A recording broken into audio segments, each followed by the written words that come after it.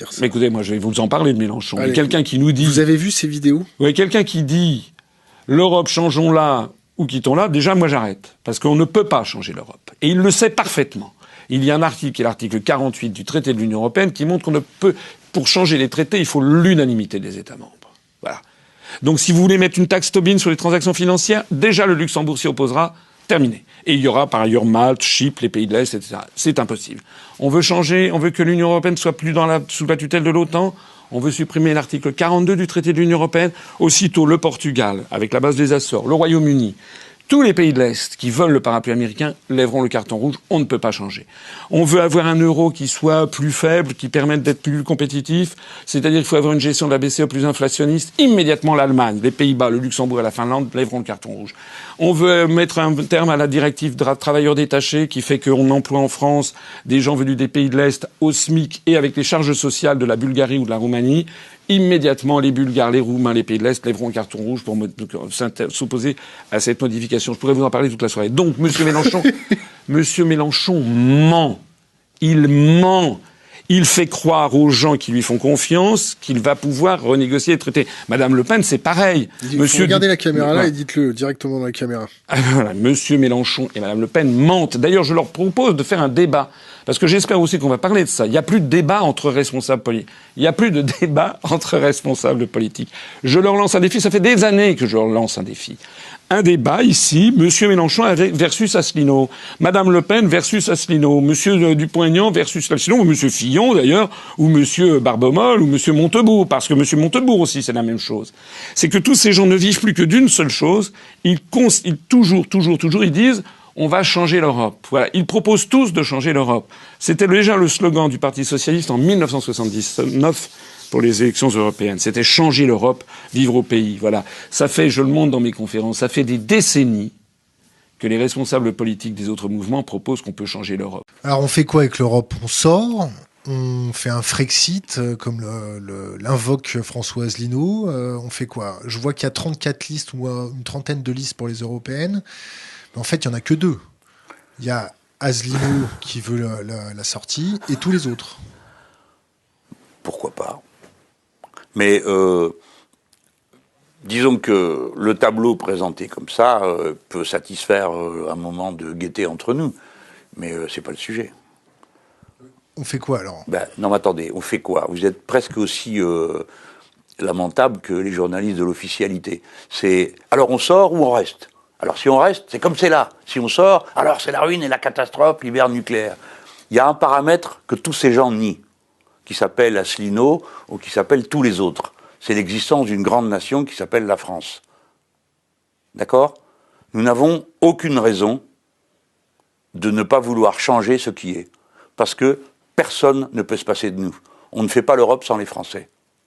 Donc, ma ligne, c'est sortir des traités. Mais qu'on me dise oui ou qu'on me dise non, si demain je gouverne ce pays, de toute façon, j'appliquerai mon programme. Plan A, on discute, vous voulez pas, plan B, on le fait quand même. C'est une position politique qui inclut un paramètre qui est absent du raisonnement des autres. Les alignés, c'est la France n'est rien, elle ne compte pas. Quand on vous dit, mais et si vous convainquez pas les autres? Pardon? Qui est-ce qui ne peut pas être convaincu par les Français? Qui? Les Allemands? Alors parlons-en. Parlons du rapport à l'Allemagne. Mais traitons des questions comme elles s'opposent à une grande nation. Celui qui dit je sors, qu'est-ce qu'il dit? Il dit j'ai perdu. Il dit la France compte pas, elle n'existe pas, elle pèse 0. C'est le gouvernement allemand et son hinterland qui décident. Eh bien, c'est pas mon avis. Et supposons que tout ça vienne à éclater, ce qui est, à mon avis, le destin promis de la construction actuelle. Puis, déjà, les Anglais sont partis.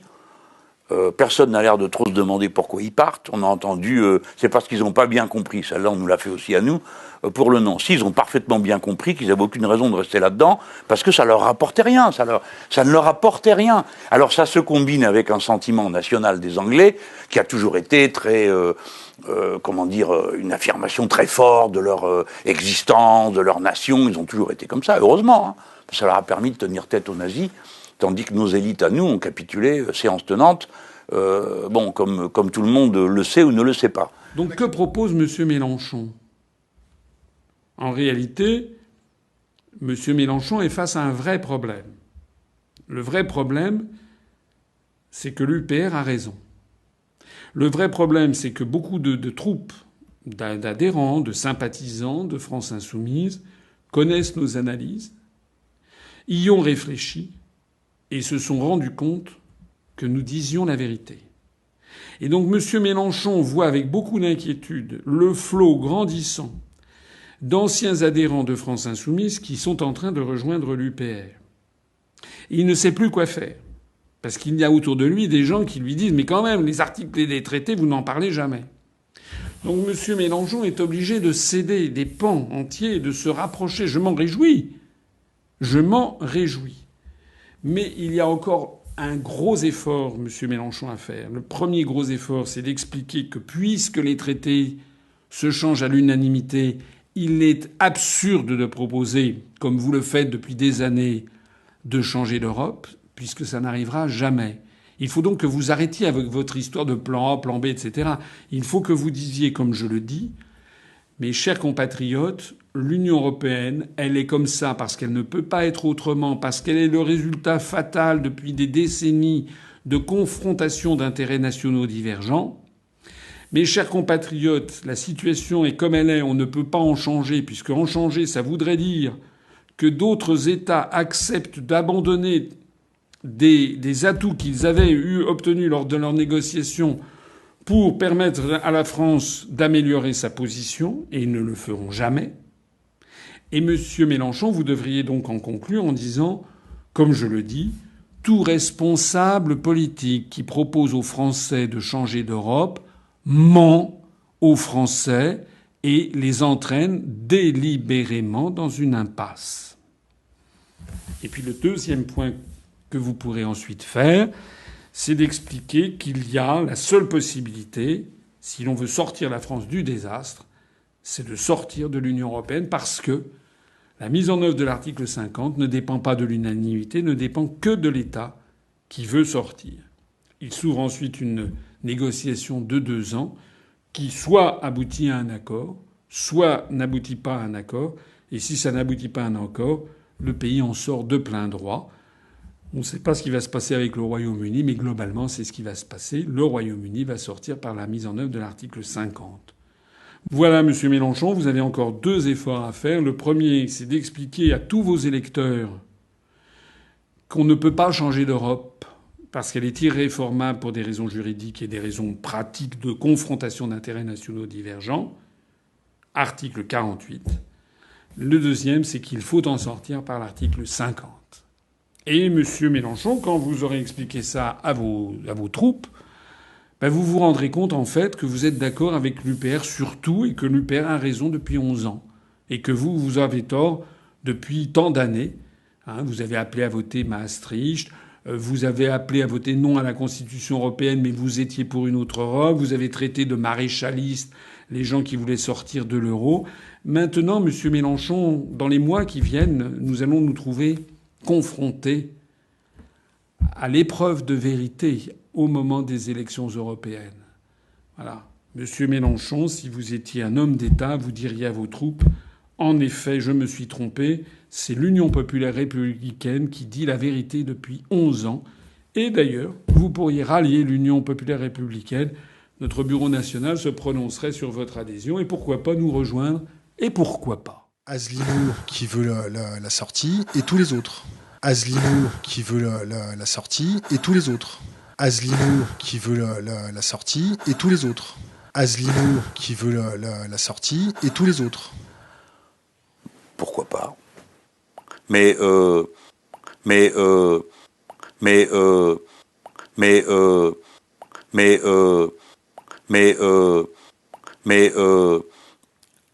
Disons que le tableau présenté comme ça peut satisfaire un moment de gaieté entre nous, mais c'est pas le sujet.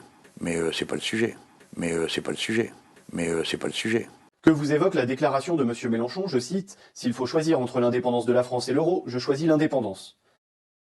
Alors là, on change complètement de registre. Là, on était dans le domaine du tragique. Là, on passe au domaine de la bouffonnerie. C'est du cocasse. Ça va détendre un peu l'atmosphère.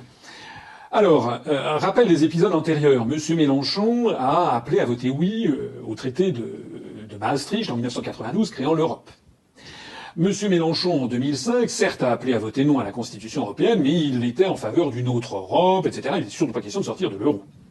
Et puis dans les années 2010-2011, Monsieur Mélenchon nous a fait un festival où le parti de gauche s'est déclaré un parti à perspective européenne. Monsieur Mélenchon a proposé une autre Europe, comme bien entendu, comme d'habitude. Monsieur Mélenchon a défendu bec et ongle l'euro. Il a dit justement qu'il fallait surtout pas attaquer l'euro, il fallait redéfinir les statuts de la Banque centrale européenne, mais surtout il fallait préserver le principe de l'euro.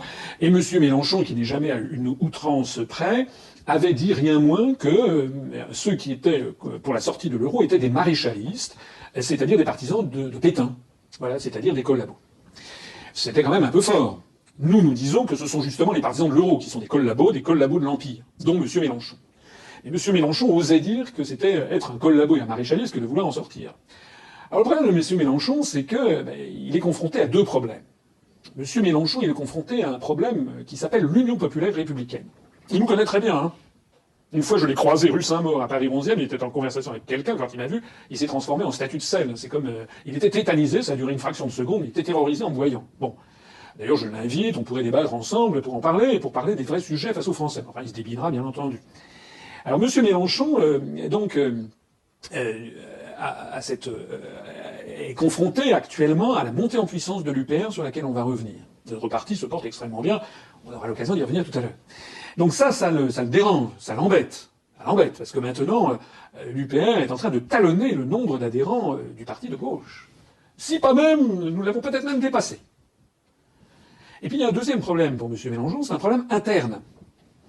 Parce que il y a de plus en plus de gens qui connaissent l'UPR. Et même les gens qui éprouvent des réserves à l'égard de l'UPR, qui disent oui, mais regardez, Asselineau, c'est un énarque, etc. Il a été dans des cabinets ministériels de droite, on ne peut pas lui faire rien. Je connais, bien sûr, les discours que l'on dit. Mais néanmoins, d'abord, l'UPR, c'est pas uniquement Asselineau, c'est moi qui l'ai créé, mais l'UPR, c'est maintenant plus de 8000 personnes. C'est de plus en plus de nombreux responsables venant de tous les horizons, d'ailleurs pas mal de gens de gauche. Mais le problème que nous posons, et pas seulement d'ailleurs au front de gauche, on va peut-être en parler juste après, c'est que l'UPR est en train d'imposer un grand retour à la politique avec un grand P, c'est-à-dire on va au fond des choses, comme le disait le général de Gaulle. Nous avons des analyses qui vont au fond des choses. On raconte pas aux Français des sornettes sur une autre Europe ou sur un plan B, parce que aux dernières nouvelles, là, vous avez vu, M. Mélenchon s'est accoquiné avec Varoufakis, voilà, il a tourné le dos à Tsipras, il s'est accoquiné avec le Varoufakis, l'ancien ministre des Finances grec, pour lancer un plan B. On se moque du monde. Je rappelle pour la énième fois que les traités européens ne peuvent être modifiés qu'à l'unanimité. C'est l'article 48 du traité de l'Union européenne. L'unanimité, ça veut dire que M. Mélenchon pourra nous sortir qu'il a pris un bon repas avec monsieur Varoufakis ou avec monsieur Iglesias, là, de Podemos, l'espagnol, ou avec madame Tartemuche de Slovénie. Ça ne changera rien au fait que jamais il n'obtiendra une unanimité sur une Europe à la Mélenchon. Ni les Britanniques, ni les Luxembourgeois, ni les Allemands sur lesquels M. Mélenchon passe son temps à taper, ni les Pays-Bas, ni les Scandinaves, ni les Polonais, ni la plupart des pays de l'Est n'accepteront jamais une Europe à la Mélenchon. Voilà. Alors nous l'avons expliqué très précisément. Et il y a de plus en plus d'électeurs, d'adhérents, de sympathisants du parti de gauche qui, même s'ils ont des préventions à mon égard, que certains s'acharnent à essayer de développer dans les coulisses, ce sont des gens réfléchis, des gens très politisés, qui écoutent et qui se disent ce qu'il dit n'est quand même pas totalement débile.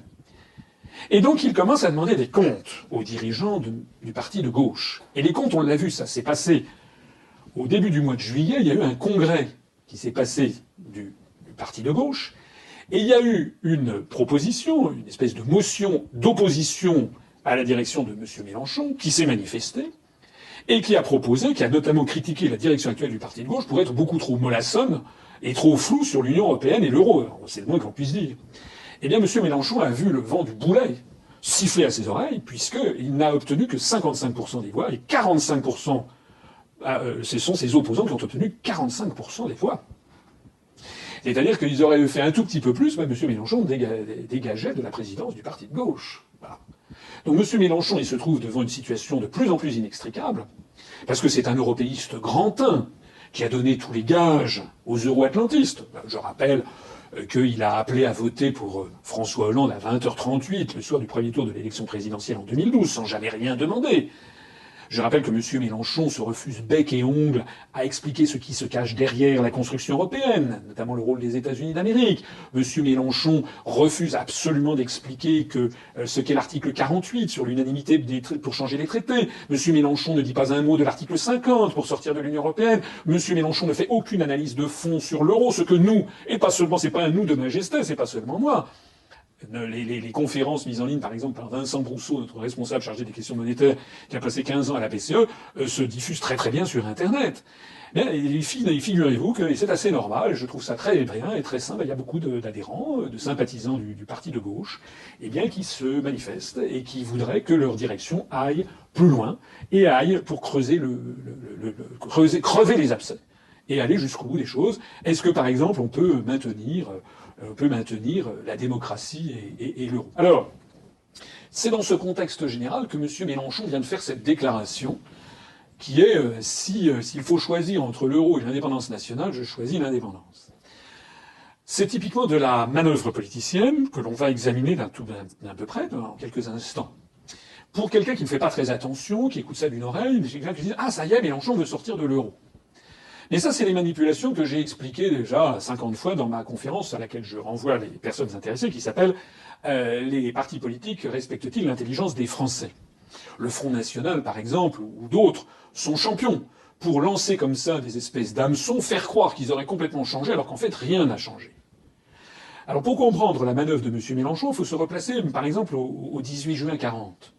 Est-ce que vous imaginez que Charles de Gaulle aurait fait, le 18 juin 40, un appel en disant s'il faut choisir entre l'occupation hitlérienne et l'indépendance, je choisirais l'indépendance? Les gens, ils éclatent de rire. C'était bien évident que l'occupation hitlérienne, c'était la fin de l'indépendance de la France. Donc il n'y a pas s'il faut choisir. Il faut choisir. Il n'y a pas de si. Lorsque M. Mélenchon dit s'il faut choisir entre l'euro et l'indépendance nationale, il ment. Parce qu'il n'y a pas de si. On sait, nous le disons, ça fait 15 ans maintenant, plus de 15 ans que ça dure, il faut choisir. Il y a absolument incompatibilité entre l'euro et l'indépendance nationale. C'est une évidence. D'ailleurs, de même que notre appartenance à l'Union européenne, on ne peut pas vouloir une chose et son contraire. On ne peut pas vouloir être dans une union, une prétendue union avec 28 États, et penser que ça n'aura aucune influence sur notre indépendance nationale. On ne peut pas à la fois être vivant et mort. Donc si M. Mélenchon introduit un si, c'est qu'il veut encore gagner du temps. Il veut encore se compromettre avec ses commanditaires, avec ses liens avec les euro-atlantistes. Il veut encore faire croire à ses troupes que l'on pourrait avoir un oxymorone, comme on dit, c'est-à-dire une alliance totale des contraires incompatibles, c'est-à-dire l'euro et l'indépendance nationale. C'est absolument impossible. Alors cette phrase, elle est évidemment très vicelarde, parce que, comme vous l'avez bien compris, des gens vont croire que, ça y est, il a changé. Mais ceux qui le croient, je leur conseille d'aller sur notre site upr.fr pour voir toutes les déclarations de M. Mélenchon sur le sujet, depuis des années. Mais je leur conseille aussi d'aller sur le site du parti de gauche et d'en revenir à ce qui fait foi, c'est-à-dire le programme. Si vous allez voir le programme du parti de gauche, vous verrez qu'il est question de tout sauf de sortir de l'euro et de l'Union européenne. Donc M. Mélenchon a lancé ça, mais le programme n'étant rien changé. C'est exactement comme lorsqu'au Front National, il y a de temps en temps un des responsables qui évoque l'idée de sortir de l'Union européenne ou de l'euro, mais si vous allez regarder le programme du Front National, ça n'est changé en rien. Il y a un truc du style, nous présenterons des réformes, et puis si ça ne marche pas, à ce moment-là, on proposera un référendum pour la sortie de l'Union européenne. Mais comme on ne sait pas quelles sont les réformes en question, comme on sait de toute façon que ça n'est pas réformable, c'est un même système que M. Mélenchon, tout ça c'est pour gagner du temps. Voilà ce que je pense. Bon, en gros, si vous voulez, voilà, ça fait la une même pas la une, ça fait quelques articles dans les journaux, dans du papier, mais dans 2 jours, on emballera les pommes de terre avec.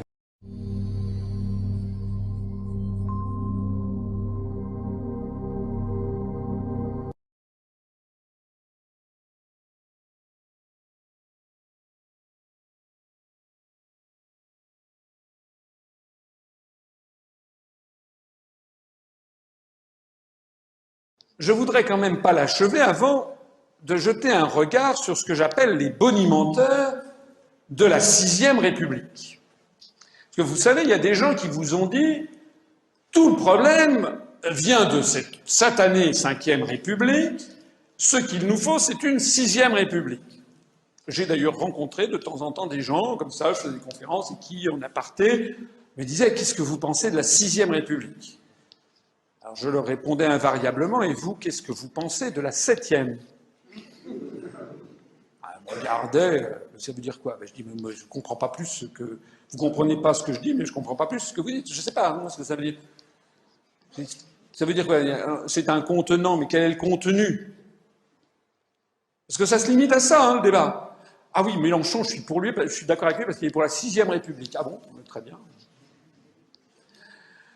C'était la spécialité de Jean-Luc Mélenchon.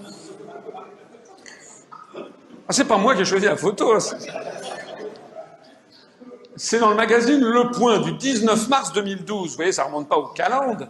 C'était il y a moins d'un an. C'était le candidat du Front de gauche à développer sa conception d'une 6e République dans l'émission présidentielle BFM TV Le Point 2012. La 6e République de Jean-Luc Mélenchon. Alors, de quoi s'agissait-il? Retour à un régime d'assemblée. Le régime d'assemblée, c'est celui de la 4e, c'est-à-dire affaiblir le poids du gouvernement. Comme si la priorité du moment, c'était d'affaiblir encore le poids de M. Ayrault. Bon. Introduction de nouveaux droits fondamentaux de la personne. Telles sont les principales propositions du projet de 6e République. Pour le leader du Front de gauche, la 5e République concentre trop les pouvoirs sur une seule personne. Ça veut dire, en gros, qu'il y a trop de pouvoir à Hollande. C'est la critique traditionnelle faite par la gauche depuis la Ve République, depuis 1958, contre le pouvoir personnel. François Mitterrand avait dit le coup d'État permanent, etc. François Mitterrand a oublié de mettre en œuvre, quand il a été président de la République, ce qu'il avait dénoncé. Parce que ce que l'on oublie un petit peu vite, et en particulier ce qu'oublie la gauche, c'est que la gauche est bien contente, était bien contente, d'avoir les institutions de la Ve République quand elle arrivait au pouvoir, parce que cette constitution n'était pas réservée à un camp, et les Français de gauche ont été bien contents quand ils ont élu Mitterrand, qu'en 82, 83, il y a eu des décisions qui donnaient des palpitations cardiaques à la droite, mais qui mettaient en œuvre une politique de gauche, et qui donnaient au président de la République un pouvoir très important pour mener cette politique. Je rappelle l'abrogation de la peine de mort, la nationalisation de tout le secteur bancaire, de toutes les grandes entreprises industrielles. On est pour, on est contre, c'est une autre question. Mais simplement, ça lui donnait des pouvoirs efficaces pour mener une politique. Donc, M. Mélenchon revient à une vieille critique. La Ve République concentre trop les pouvoirs sur une seule personne sans assurer pour autant la stabilité gouvernementale. Alors, quelle était la 6e République? Pour Jean-Luc Mélenchon, il est impératif d'inscrire dans la Constitution de nouveaux droits fondamentaux tels que le droit de disposer de soi, l'avortement. C'est effectivement la grande priorité du moment, vous l'avez noté. La grande priorité du moment pour M. Mélenchon, c'est d'inscrire dans la Constitution le droit à l'avortement. L'IVG existe depuis 1974. Et le droit à la fin de soi, c'est-à-dire le suicide assisté. On pourrait le prévoir aussi pour la République. La République a le droit de se suicider. Mais, est-ce que vous imaginez, ce que j'ai très grossier, mais le foutage de gueule que ça représente? Alors que notre pays est en train de s'effondrer, que nous sommes en train de disparaître, que la France est en train d'être découpée en morceaux bientôt avec le système de rente des régions, que tous les jours, 1500 personnes de plus basculent sous le seuil de pauvreté selon l'INSEE, que tous les jours, il y a une usine qui ferme et on perd 700 emplois industriels, M. Mélenchon pense que la priorité des priorités, c'est de passer à la 6e République, c'est-à-dire d'inscrire dans la Constitution le droit à l'avortement et au suicide assisté. Il évoque aussi la liberté absolue sur Internet. Il estime de manière générale la sacralisation de la liberté des moyens de production est un problème, etc. Et puis, surtout, les Français sont infestés par le césarisme. Voilà. Ils voudraient un régime qui ne comprendrait plus qu'une seule chambre. L'élection de cette chambre se ferait au suffrage universel à la proportionnelle corrigée et non intégrale. Interrogé sur le maintien d'un président de la République élu au suffrage universel direct, il ne tranche pas, laissant le soin à l'Assemblée constituante de régler cette affaire. Voilà. Il n'y a pas un mot sur l'Europe. Rien. Monsieur Mélenchon fait délibérément un faux diagnostic.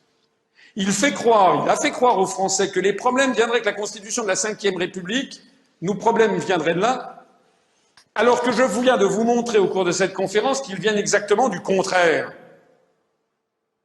Conformément d'ailleurs à ce qu'avaient dit nos pères fondateurs de la Déclaration des droits de l'homme de 1789, qui disaient qu'il fallait toujours vouloir le maintien de la Constitution. Rappelez-vous, c'était en préambule. Quand je fais cette conférence, je m'inscris exactement dans ce qu'on nous ont conseillé les rédacteurs de la Déclaration des droits de l'homme de 1789. Constamment, nous devons confronter l'action du pouvoir législatif et du pouvoir exécutif par rapport aux droits de l'homme et par rapport à notre maintien de notre Constitution. Ce que je viens de vous montrer, c'est que ce n'est pas la Ve République qui pose problème, c'est qu'elle est violée constamment, que tout ce qui protégeait les droits, nos libertés fondamentales, notre démocratie, que tout ceci a été piétiné, ridiculisé, démantibulé, vidé de sens, complètement perverti. On a perverti le sens des mots pour faire exactement le contraire. Elle est continuellement violée du fait des traités européens dont M. Mélenchon, premièrement, ne parle pas et deuxièmement, il refuse de les dénoncer. M. Mélenchon, d'ailleurs, n'explique jamais comment sa 6e République serait mieux appliquée que l'actuelle dans le cadre de l'Union européenne et de l'euro. En quoi le fait d'avoir mis dans la Constitution le suicide assisté, l'avortement, et d'avoir prévu qu'il n'y ait plus qu'une seule chambre à la proportionnelle, en quoi cela changerait le fait que l'on a piqué 80% ou 90% des pouvoirs aux Français, que nous sommes dirigés depuis Bruxelles, depuis Francfort, depuis Washington. Dans le même genre, dans la famille 6e République, je demande le fils, après avoir eu le père. Arnaud Montebourg, 2012, la Nouvelle-France, en marche vers la 6e République. C'était quand il se présentait au suffrage des socialistes pour avoir l'investiture. Que disait monsieur Montebourg? J'allais dire monsieur. La 5e République est née de l'échec de la 4e, dans un contexte de crise et de guerre où un exécutif puissant était nécessaire. C'est toujours la même idée. L'exécutif est trop puissant.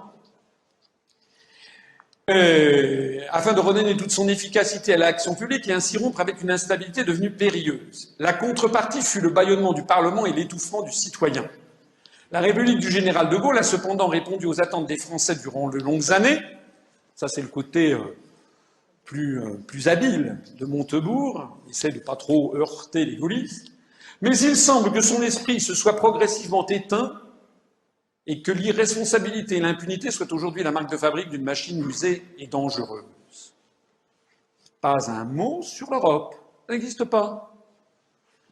Le paradoxe de l'omnipotence présidentielle.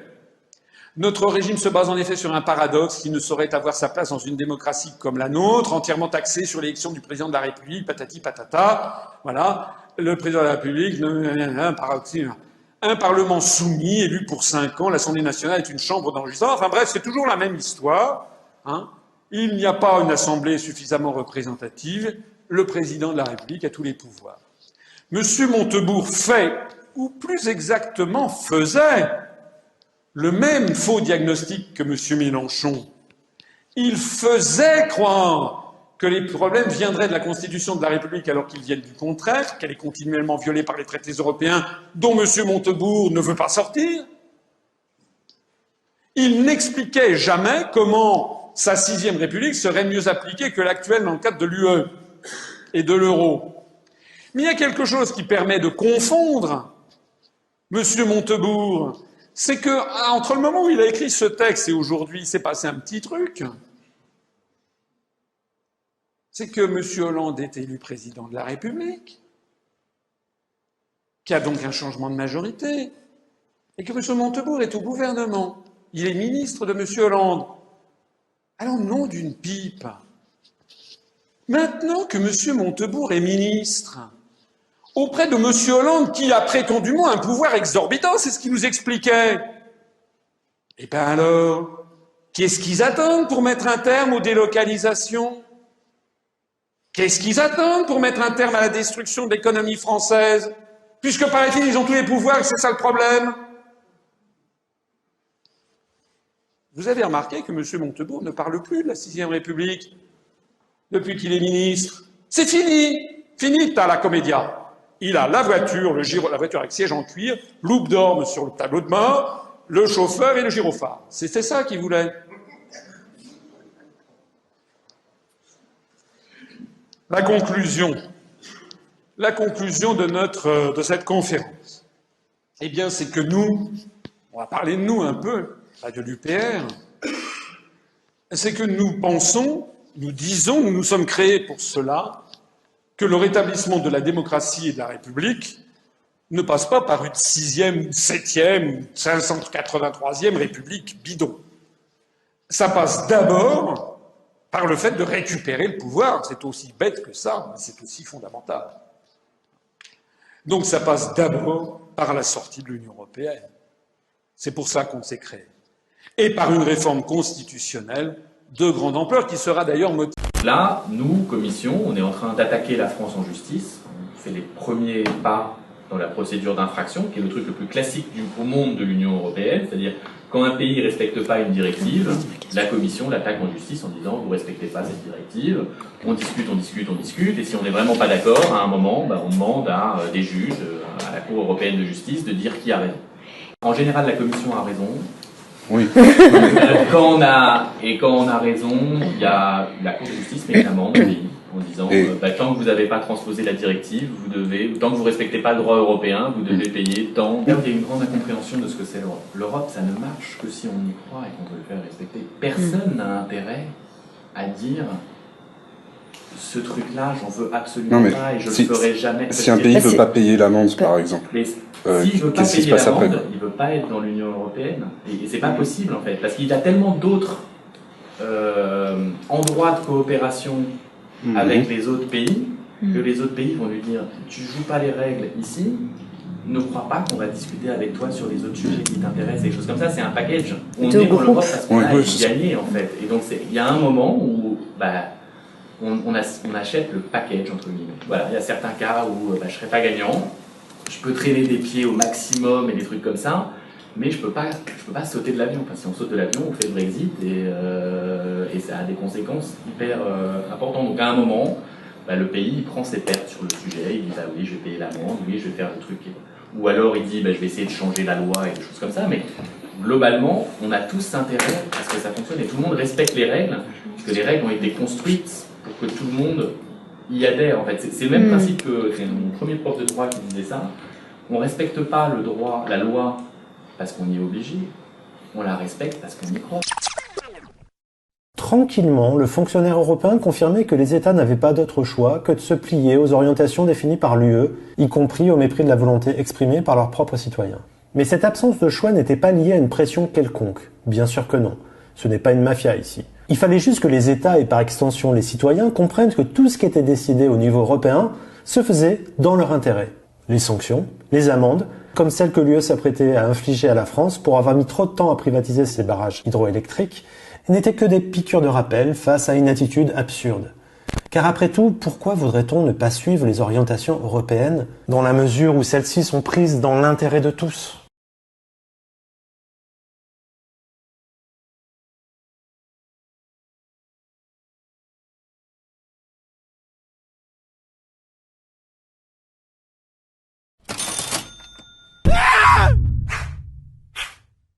L'américain Whirlpool annonce la fermeture de son usine à Amiens. Comment est-ce qu'on peut être motivé après une annonce pareille ? Je pense que ça va être difficile pour tout le monde.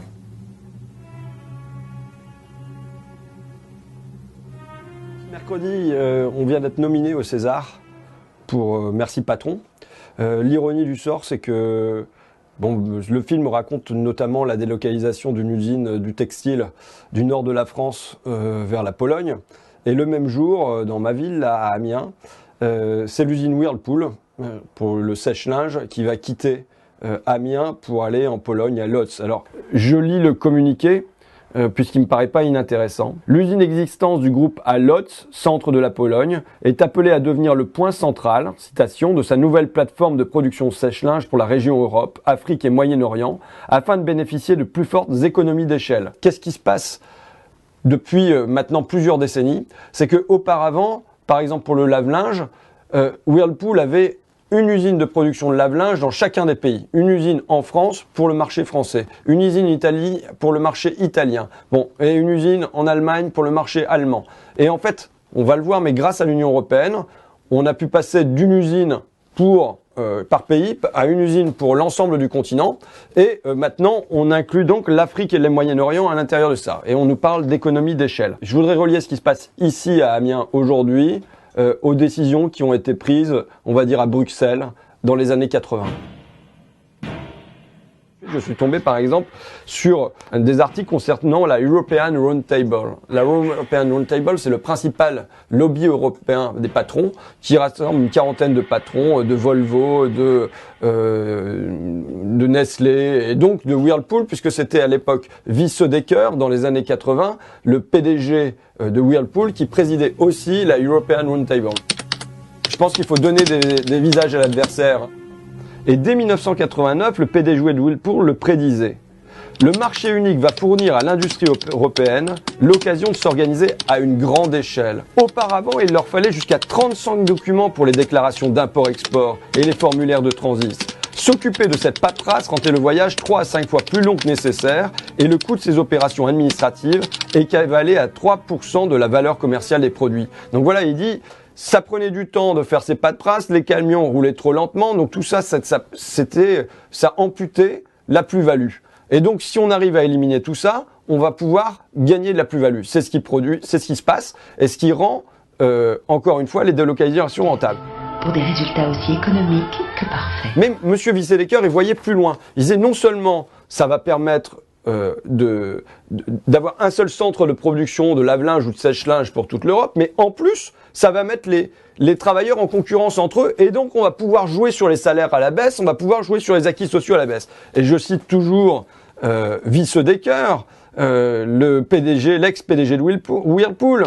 Les coûts sociaux en Europe nuisent à la compétitivité. La sécurité sociale, les allocations chômage, handicapés, les dépenses pour l'éducation et ainsi de suite. Aussi, on doit trouver les moyens d'avoir une industrie européenne compétitive grâce à des changements politiques. Eh bien, le fait d'ouvrir les frontières et de pouvoir avoir des travailleurs qui sont ainsi mis en concurrence entre eux, on voit bien le gain que ça a en termes de changement politique. Les changements politiques se font de manière contrainte puisqu'on nous dit qu'on n'est pas compétitif par rapport aux Polonais, on n'est pas compétitif par rapport aux Roumains et ainsi de suite. L'année historique, la vraie, c'est 1989, avec l'effondrement du mur de Berlin et l'ouverture des deux Europes. Il faut ouvrir nos frontières à ces pays. Et Jacques Delors, qu'est-ce qu'il dit? Il dit oui, vous avez bien raison, parce que si on ne fait pas ça, ça veut dire qu'on ne pourra pas tirer tous les bénéfices du grand marché intérieur si l'on ne peut pas circuler plus vite et moins cher dans toute l'Europe.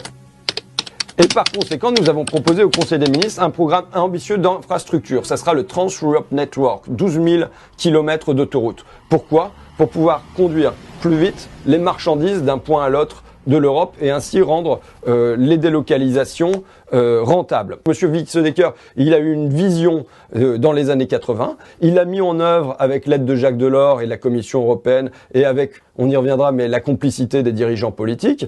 Et cette vision, elle se réalise aujourd'hui. Et ce qui se passe à Amiens n'est que la conséquence d'une idéologie et d'une prophétie qui s'est imposée depuis les années 80. Et donc on a diminué par 4 le nombre d'usines Whirlpool en Europe. Qu'est-ce que vous dites ce matin à ces salariés inquiets de perdre leur job, et on les comprend? Eh bien, je leur dis que s'ils restent dans l'Union européenne, de toute façon, ils ne pourront rien. Parce qu'il y a un article dans les traités, l'article 63, qui interdit toute restriction au mouvement de capitaux. Ça veut dire que Whirlpool, de toute façon, s'ils estiment qu'il est plus profitable pour les actionnaires de créer une usine, je ne sais pas moi, au Bangladesh, en Chine ou autre, ou en Slovaquie, pour maximiser leurs profits, ils bénéficieront de cet article des traités européens. On avait vu, rappelez-vous, sous du temps de M. Hollande, il y avait M. Montebourg qui était le ministre du redressement productif. Vous vous rappelez, il allait, paraît-il, lutter contre les délocalisations. Je pense qu'il a dû essayer de le faire. Il a fait quoi? On n'a jamais eu autant de délocalisation que sous M. Montebourg. Pourquoi? Parce qu'il n'a plus les manettes. Les Français n'ont plus les manettes. Vous me dites pourquoi je veux sortir de l'Union européenne pour rendre aux Français les manettes. Moi, je vois ces 293 salariés. C'est encore 293 familles qui vont être plongées dans le désarroi, peut-être dans la précarité. Et tout ça, pourquoi? Parce que nous ne sommes plus dirigés par les Français. Nous sommes dirigés par des traités européens et une oligarchie financière et industrielle qui dirige le tout.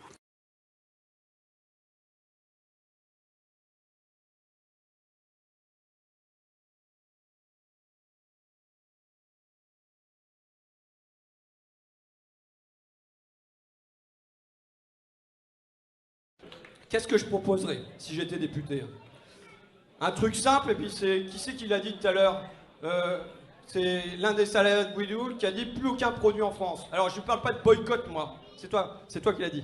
Je parle pas seulement de boycott, parce que le boycott c'est un truc individuel. C'est chacun qui va faire son geste au supermarché, et on sait que massivement ça marche pas. Je parle d'une loi, moi, d'une loi qui interdit tout produit Whirlpool sur le territoire français. Je pense que c'est ça, vers ça qu'il faut aller. Si on n'est pas assez bon pour produire, pourquoi on serait assez con pour les acheter? Je compte bien, par exemple, si les Whirlpool arrivaient et que j'étais à l'Assemblée nationale, opérer une marche qui nous mène de Amiens jusqu'à Paris, rassembler du monde, avoir un meeting devant l'Assemblée nationale qui rassemble 10, 20 000, 50 000 personnes pour venir poser cette question de l'interdiction des produits Whirlpool sur le territoire français, de manière à créer un rapport de force et que ma voix à l'intérieur de l'Assemblée nationale, parce que je serai tout seul, enfin on ne sera pas nombreux à porter ça, et bien que ma voix elle sera renforcée par vos 10 000, 20 000, 100 000 voix dehors.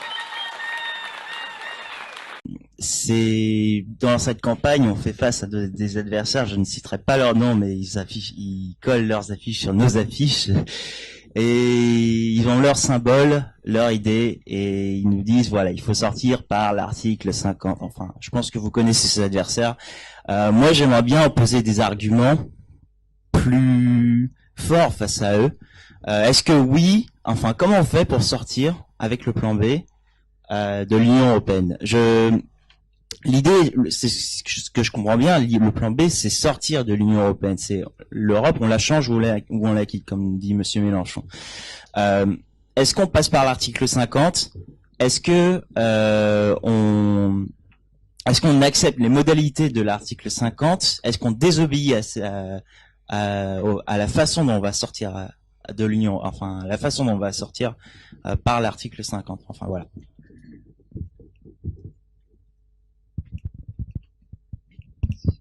Bonsoir. Merci donc pour cet exposé qui est très très éclairant.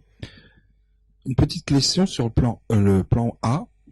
Est-ce que ce serait pas plutôt l'occasion pour l'Allemagne de sortir de l'Union européenne? Un plan A fort n'inciterait-elle pas l'Allemagne à sortir de l'Union européenne?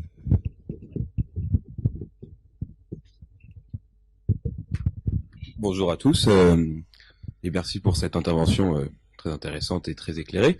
Je me demandais, est-ce que un plan B impliquerait peu forcément un défaut sur la dette, et pour qu'on puisse rester aussi, parce que si dans notre plan A, un des arguments qu'on peut mettre en opposition à nos partenaires, notamment aux Allemands, ce serait un défaut, est-ce qu'il serait applicable et serait obligé d'être appliqué pour un plan B, une sortie donc des accords européens?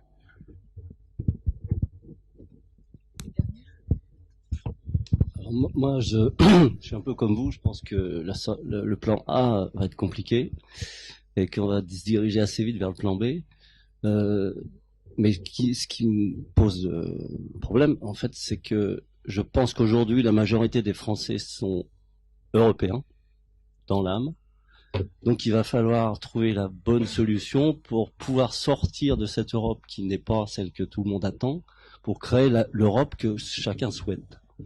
Alors, est-ce qu'à l'image de l'Islande, qui a quand même fait un coup d'éclat, parce qu'il y a un problème aussi contigu, c'est la dette. La dette, c'est un truc monstrueux, je veux dire, on va pas partir dans une diatribe économique, mais bon. Donc, est-ce qu'en prenant une position telle que l'Islande a été capable de la prendre en disant on refuse cette dette et on démarre autrement, et on parle de ça avec l'Europe, c'est envisageable aussi de notre côté avec un référendum, etc.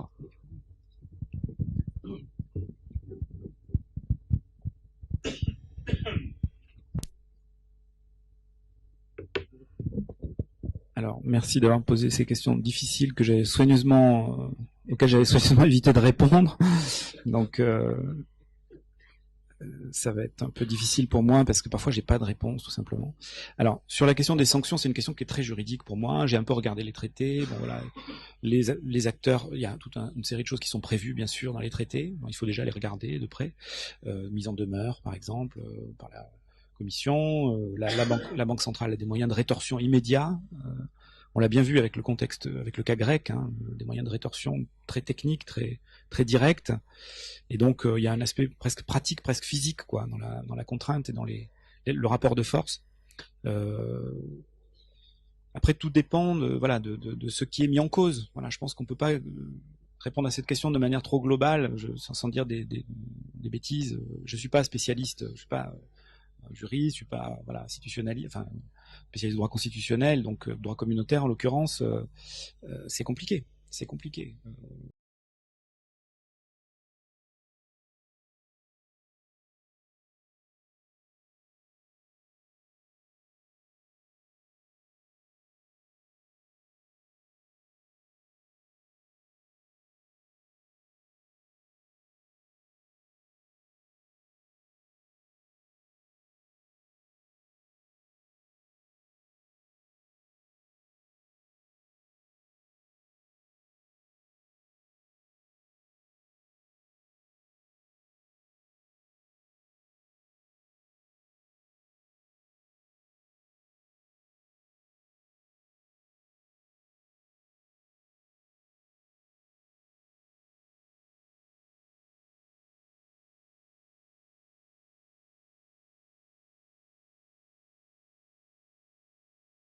Coup d'envoi demain de la campagne officielle pour les élections européennes. Meeting hier à Marseille de la France Insoumise avec la présence de Jean-Luc Mélenchon, le leader des Insoumis venu soutenir Manon Aubry, la tête de liste du parti pour le scrutin continental. L'occasion pour le député des Bouches-du-Rhône de rendre hommage aux Gilets jaunes, mais également de fustiger l'OTAN. Il est temps de prendre conscience des enchaînements dangereux auquel l'Union européenne est en train de s'abandonner dans le cadre des traités qui la constituent et qui lient son système de défense à celui de l'Organisation du traité de l'Atlantique Nord, l'OTAN en français, qui nous lie les uns aux autres et qui nous lie pour finir à l'état-major nord-américain qui seul décide de où, quand et comment on fait la guerre. Voyez-vous, cette 6e flotte dont je viens de vous parler il y a un instant, son centre de commandement est en Italie. Mais ce n'est pas un Européen qui dirige cette armada, c'est un Américain qui ne prend ses ordres auprès d'aucun Européen, d'aucun Tunisien, d'aucun Marocain, d'aucun Italien, d'aucun Portugais, d'aucun Espagnol, mais de quelqu'un qui aura été élu dans l'Iowa, le Massachusetts ou que sais-je encore, et qui vont décider de la guerre et de la paix dans le bassin méditerranéen.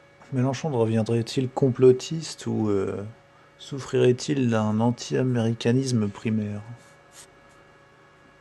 C'est peut-être contagieux.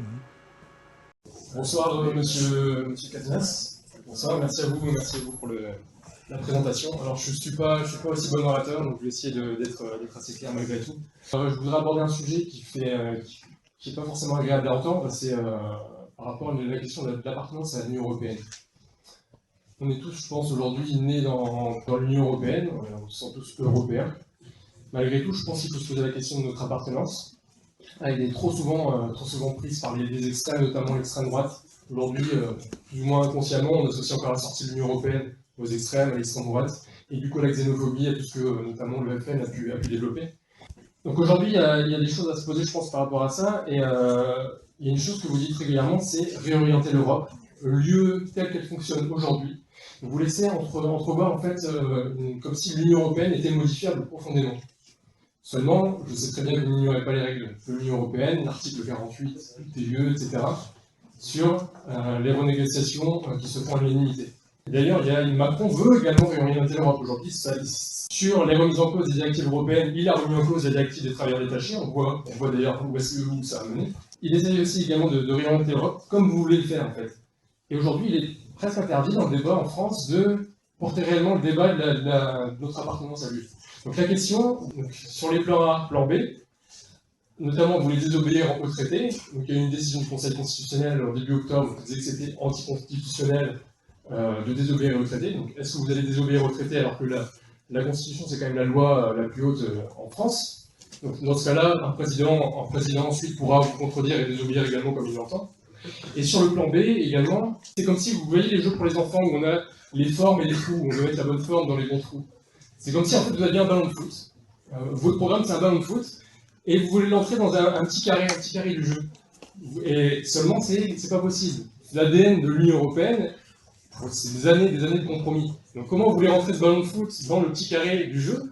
Pourquoi ne pas tout simplement changer de jeu, plutôt que de vouloir modifier les règles, changer de jeu, jouer au foot, plutôt que de jouer, d'essayer de rentrer ce ballon de foot dans le jeu pour enfants. Le plan B, c'est également le plan A maintenu, comme Mélenchon l'a dit, c'est on va crever le ballon de foot et on va tous s'appliquer à le faire rentrer quand même en le crevant dans le petit carré. Pourquoi faire ça et pourquoi pas changer tout simplement, comme le font les Britanniques, quitter sereinement simplement l'Union européenne? Alors, sur la question, finalement je suis très content de la question sur l'Union européenne, parce que j'avais prévu de développer et je n'ai pas eu l'occasion. Ça m'a donné l'occasion grâce à votre question. Je vais essayer, en étant le plus simple à la fois, mais le plus complet, de détailler notre pensée sur l'Europe et la manière dont nous envisageons les choses si nous étions au pouvoir. Et admettons que peut-être sur ce point, nous ne serons pas d'accord. Et c'est pas grave, mais en tout cas, je vais essayer de déployer les choses telles que nous les représentons à cette étape. Et d'ailleurs, ça va être absolument nécessaire de faire avancer ça dans le débat public rapidement, parce qu'on le sait bien, le calendrier électoral est ainsi fait que la prochaine échéance, c'est les élections européennes. Donc le débat européen va être central. Et moi, je pense que le débat européen ne va pas laisser la place à la demi-mesure et qu'il va nécessairement être une confrontation radicale entre, d'un côté, ceux qui pensent qu'on peut continuer à faire l'Europe comme on l'a fait aujourd'hui, c'est-à-dire en gros défaire la France pour faire l'Europe, c'est comme ça que je me le représente, et ceux qui pensent qu'il faut soit en sortir, ou en tout cas en finir avec l'Europe telle qu'elle est. Alors, je précise sur ce point, et je vais essayer de répondre vraiment à votre question. Nous ne faisons pas de l'Europe en tant que telle, en tant que contenant, le problème. Le problème pour nous, ce n'est pas le contenant, c'est le contenu. L'idéal européen était un idéal de coopération entre les peuples. D'ailleurs, les pères fondateurs nous avaient expliqué qu'il fallait créer l'Europe pour éviter des tensions, comme notamment des guerres, que l'Europe telle qu'elle fonctionne aujourd'hui est en train de ramener par la fenêtre.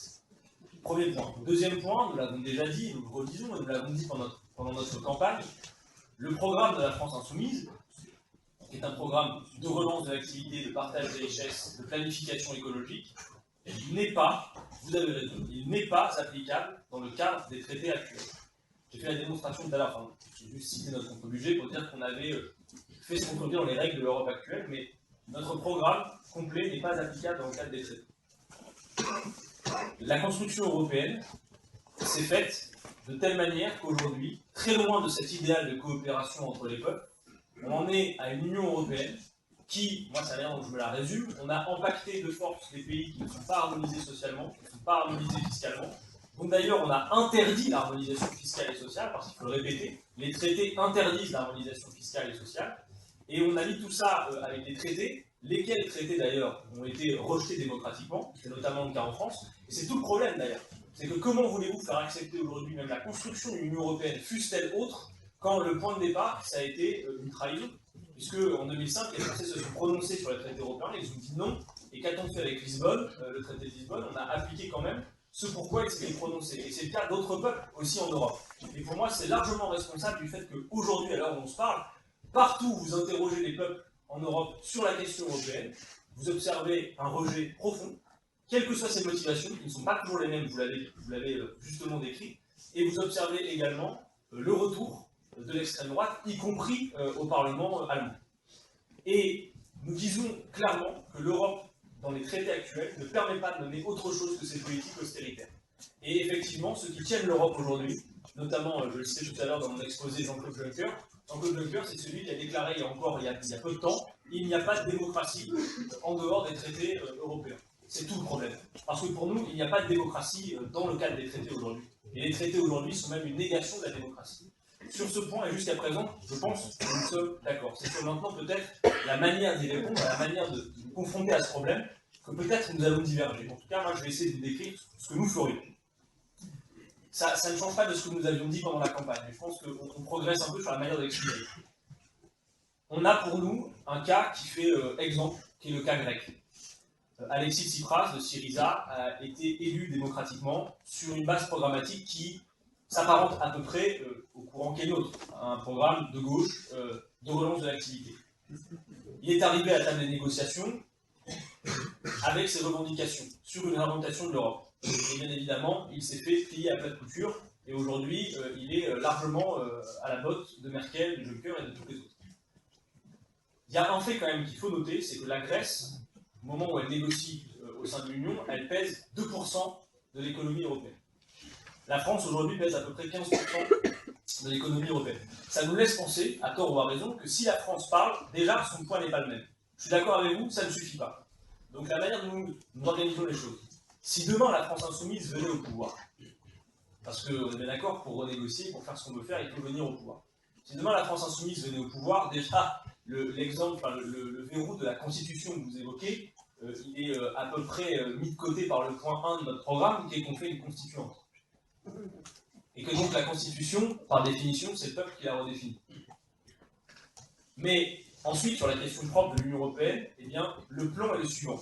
Effectivement, vous avez raison, il y a un plan A et un plan B. Alexis Tsipras, en Grèce, lui, est venu à la table des négociations sans plan B. Et c'est pour nous le problème de sa stratégie. Outre le fait qu'il ne pesait que 2% de l'économie européenne, ce qui déjà faisait un handicap notoire. Nous disons, si demain la France insoumise vient au pouvoir, nous venons à la table des négociations avec un plan A, qui est une série de revendications de ce que nous ne voulons plus dans les traités. Parce que, pour nous, quitter l'Europe n'est pas une fin en soi. Ce qui est une fin en soi, c'est modifier en profondeur les traités qui jugulent toute capacité de faire autre chose que les politiques que je viens de décrire. Et donc, on vient avec un plan A, qui est de dire, oui, nous voulons bien de l'Europe, mais pas de celle que vous faites. Et donc, on va vous proposer une discussion, et voilà ce que la France revendique. J'admets que les revendications sont assez importantes. J'en cite quelques-unes. Harmonisation fiscale et sociale en Europe, suppression de la surveillance budgétaire des États, protection des services publics et mettre de côté CETA et TAFTA. Nous voulons en finir avec la BCE et son indépendance, avec l'indépendance de la BCE, avec les politiques d'austérité obligatoires et l'ordolibéralisme de la Commission dans tous ces dispositifs. Nous venons avec ces négociations. On dit oui, on veut faire l'Europe avec vous, mais sur d'autres bases. Et là, comme dans toute négociation, si vous venez à la table des discussions face à un adversaire qui a des intérêts divergents, parce qu'on peut faire l'Europe tout en sachant que l'Allemagne et la France n'ont pas les mêmes intérêts économiques. Ça tient notamment au fait que l'Allemagne, on le sait, c'est un pays vieillissant, c'est un pays qui a des retraites par capitalisation, alors que nous avons un système par répartition. Eux ont besoin d'un euro fort, ont besoin d'une activité boursière élevée, pas nous. Nous allons bientôt être le premier pays européen en termes de population. Donc, nous voyons bien que nous ne discutons pas avec les mêmes intérêts. Mais nous disons à l'Allemagne, nous pouvons trouver un terrain d'entente qui est celui-ci. Et comme j'y viens, comme sur toute négociation, vous ne pouvez pas venir face à un adversaire avec un pistolet à eau. Il faut une politique de dissuasion. Il faut quelque chose qui montre que si vous n'êtes pas respecté, si vous n'êtes pas écouté, vous êtes prêt à faire quelque chose que vous ne voulez pas faire, mais que vous êtes prêt à faire.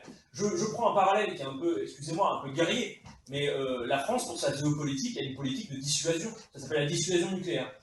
Il y a un bouton nucléaire, personne ne veut un jour avoir à appuyer dessus, mais tout le monde sait qu'il existe, et dans la discussion, ça compte. Et bien le plan B, c'est un peu le bouton nucléaire de la négociation sur la orientation de l'Europe. C'est de dire, si vous nous demandez de choisir entre ce pourquoi on a été élu ou l'Europe austéritaire, on choisira ce pourquoi on a été élu. Si vous nous demandez de choisir entre la souveraineté du peuple qui sait prononcer ou la poursuite de vos politiques, on choisira.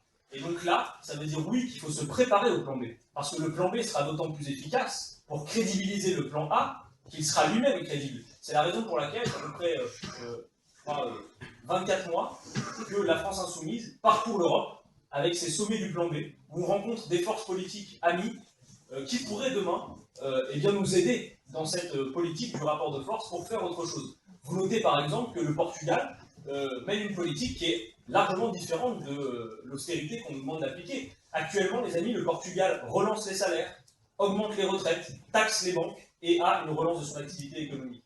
Même le FMI est en train de dire que la politique austéritaire de l'Union européenne mène à la catastrophe. Et Jean-Luc Mélenchon a toujours dit ça pendant la campagne présidentielle, et là c'est le point sur lequel on est d'accord ou pas, et ça c'est à vous de le définir. Il a toujours dit, moi je suis persuadé que si j'ai Angela Merkel et les autres devant moi, et que je leur dis très bien, vous nous balayez d'un revers de la main, vous ne voulez pas de la France, nous sommes persuadés que vous ne ferez pas l'Europe sans la France. La France est un des pays fondateurs, c'est la deuxième puissance. Si nous on sort, votre système il explose. Et ils le savent, et y compris sur le sujet des dettes. Et il m'a toujours dit, le moment où je me lève de la table des négociations, où je pars en disant très bien, nous appliquons le plan B, avant que je quitte la salle, il nous rattrape. Parce que personne de tous ces acteurs n'a intérêt à une dislocation de l'Europe. Or, si la France applique le plan B, il y a de fait une dislocation qui se produit. Voilà, donc c'est sûr que c'est autre chose que celles qui défendent, parce que c'est leur point de vue, une sortie directement et unilatérale. Nous pensons que d'abord, avant d'aller à une politique d'affrontement, il faut aller à un rapport de force qui n'a jamais été essayé. Parce que souvenez-vous quand même, j'en terminerai par là sur une question qui était beaucoup trop longue, j'espère que je me suis fait comprendre. Sur la question de l'Europe, vous vous souvenez que François Hollande avait été élu, et donc, il y avait eu un mandat populaire qui consistait à dire vous allez renégocier. Il n'a jamais essayé. C'est-à-dire que même le travail de négociation n'a jamais été tenté. Voilà. Je ne sais pas si je contribue à vous répondre, mais... Merci Fader, bonsoir Monsieur Asselineau. En venant ici, vous acceptez l'invitation d'une radio militante. Nous sommes tous ici, vous ne l'ignorez pas, si ce n'est des militants, militantes ou tout au moins des sympathisants, sympathisantes avec l'Avenir en commun, qui est le programme de la France Insoumise qu'a porté Jean-Luc Mélenchon, un de vos adversaires pour la dernière présidentielle. Vous êtes en fait notre premier invité, appartenant à une famille politique qui n'est clairement pas la nôtre. Vous affirmez n'être ni de droite ni de gauche. Vous êtes officiellement, votre parti est officiellement classé divers. Mais nombre de citoyens et d'observateurs vous place plutôt à droite, voire même parfois très à droite. Et c'est un point d'ailleurs sur lequel je vous donnerai l'opportunité de vous exprimer pendant cet entretien. Mais avant cela, pour jouer franc jeu avec vous, je tiens à vous préciser que pour mener cette interview, j'ai pour règle de poser des questions, avec pour seul objectif de permettre à mon invité, donc à vous ce soir, Monsieur Asselineau, d'éclairer pour nos auditeurs des éléments de votre personnalité, puis des points de votre projet politique qui m'ont semblé intéressants et pertinents. Donc il y a donc une subjectivité assumée dans le choix de mes questions. Alors je précise pour vous, Monsieur Asselineau, mais aussi pour nos auditeurs, pour moi vous êtes un homme politique avec lequel on peut être en désaccord, mais qui doit être pris au sérieux. Vous avez fondé un parti, vous vous êtes présenté à une élection nationale, votre candidature a été parrainée par 587 élus, vous avez reçu le suffrage de 332 547 personnes selon les statistiques officielles, un petit peu moins de 1% des votes exprimés, et vous êtes donc légitime à vous exprimer, à exposer vos idées à nos concitoyens. D'où notre invitation à laquelle je vous remercie d'avoir répondu. Alors, mes questions vont porter sur des points de votre programme et sur certains aspects de votre parcours qui me semblent encore potentiellement flous ou ambigus pour nos auditeurs, là où d'autres points ont par contre été beaucoup plus clairement et précisément exposés durant cette campagne. Mon but sera de vous laisser le temps et l'espace pour développer vos réponses, ce qui est d'ailleurs une des marques de fabrique de nos entretiens, tout en gardant à l'esprit un autre objectif qui est le nôtre, qui est celui de la clarté et d'une certaine fluidité pour nos auditeurs. Tout au long de l'émission, d'ailleurs, eh bien, ces auditeurs vont pouvoir poser des questions directement sur le Discord pour ceux qui sont connectés ou sur le chat YouTube. Et en seconde partie d'émission, nous vous lirons les questions écrites qui ont été sélectionnées, puis nous donnerons aussi la parole à certains auditeurs qui auront souhaité vous les poser directement. Alors, est-ce que, une fois que ce paysage est un petit peu, ce décor est un petit peu posé, je vais tout de suite, si vous voulez bien, enchaîner avec ma première question. Si vous me le permettez, je vais quand même intervenir simplement pour vous remercier. D'abord remercier cette radio d'avoir eu la courtoisie et la gentillesse de m'inviter. Et deuxièmement pour le propos liminaire que vous venez de tenir, qui, je vous l'avoue, me convient parfaitement. En fait, la démarche que vous avez, je ne demande que ça depuis 10 ans. Depuis 10 ans, je ne demande qu'une seule chose, c'est de pouvoir débattre avec tout le monde. En particulier, puisque ici il est beaucoup fait référence à France Insoumise, j'aimerais pouvoir débattre avec Monsieur Mélenchon. Je lance tout de suite cette invitation devant les gens, et puis qu'on dise que chacun dise ce qu'il a dans le ventre. Voilà, le problème c'est qu'on est dans une démocratie, il n'y a pas de débat. Vous vous rappelez, pendant la campagne présidentielle, il y a eu le débat, le seul auquel j'ai été